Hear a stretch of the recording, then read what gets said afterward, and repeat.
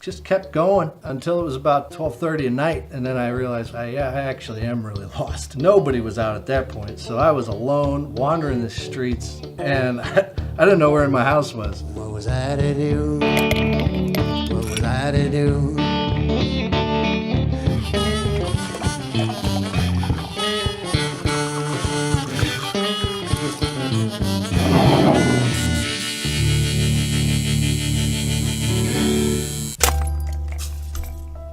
A few years back, I went out to my first backpacking trip to Europe with my wife. And, it was amazing, obviously. We went to the World's Fair in Milan, saw the Cirque du Soleil, got to see, some unbelievable glaciers in Switzerland, the unbelievable price tag of a burrito in Switzerland, and just saw all this awesome stuff. And one of the things we did was we went over to Venice, as you do. It's the romantic getaway, the gondolas, and I'm Italian, so it's part of, you gotta take my wife to Venice, So we get there, ride the train, and get out, and there's a fucking million people, and it's, a goddamn clusterfuck. And we were there in March. It was like off season, and there were still millions of people there, it felt like. I can't even walk. There's so many people. It's like slow-moving sardines. And it was global warming, summertime temperatures. It was 100 degrees that day.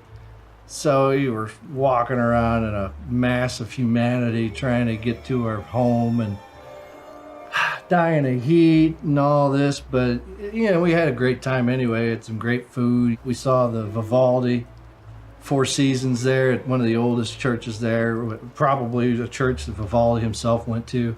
So, that was unbelievable. And it was just it was a good day considering everything. And the day came to the end, and, the wife had nothing left in her. She had to get to bed. The long day of heat and all that, walking around, backpacking and all that, she just had to pass out. And, I wasn't ready to go down. I tend to have 6 or 7 second winds, especially on a trip like this. I spent all this money to come out here. It's like, I'm not leaving yet. I need to get my money's worth. So I grabbed my camera bag and zipped out of the B&B and started making my way through the alleyways.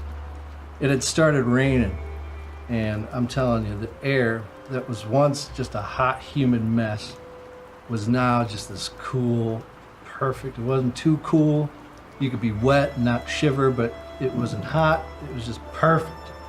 The rain also scared off all of the tourists.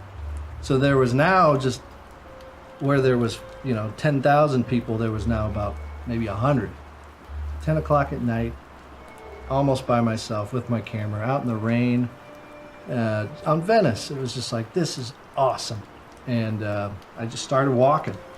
And I just started heading down east on the bottom part of the big island and started taking turns and taking pictures and seeing where I ended up, because I didn't have anywhere to be. I wasn't worried about getting lost because I'm on an island. It's like I can't go too far from where I'm staying, so I just started walking. And I'll tell you this, Tom Waits said of New York, he said something like, I like it better after a rain. It looks like it just got a fresh coat of lacquer. And same could be said for Venice that night. Everything had this sheen to it, and the rain was still falling, and it just made for some unbelievable photos. And I have so many pictures that I'm so happy with. And just kept going until it was about 12:30 at night, and then I realized, I actually am really lost. I was on this island. Nobody was out at that point, so I was alone, wandering the streets of Venice, and I didn't know where my house was. So, at that point still, I was like, fuck it, I'll be out for 12 more hours if I need to be. I'm walking, seeing what I can see in this moment. And as I went along, every once in a while I would start hearing like music, some like dance musics and, some tunes. So I would follow that noise until it got louder and louder and louder, until I found a little bar, a bunch of young people drinking, having fun, traveling. And I'd stop in for a nice little nip of tequila. That was my poison that night. And, stopped and chat and rest for a minute and see what they were talking about, see where they were from and all this. And, you know, met some cool people. And, you know, 15 minutes later, I'd be back out walking, and then I'd find another one, and then I'd drink another one and rinse and repeat. That was my rocket fuel for that night. And then it was getting to be about 2 or 3 in the morning, and the music stopped. And I did find a casino that I was thrilled about. I was ready to go and gamble a little bit in Italy, but the fucking cover charge was like $10. So I was like, I'm not going into a casino under. So I walked on and was now trying to really figure out how to get back to St. Mark's Square where I was staying. I kind of knew where I was, and I kind of knew what direction I needed to go, but every time I would walk the way I needed to go, and I would just end up at a dead end with one of the major canals right next to me. And eventually I made it back to, you know, the very main station where we got off on the train, and there was a big arching bridge. And I was like, all right, I know where I'm at.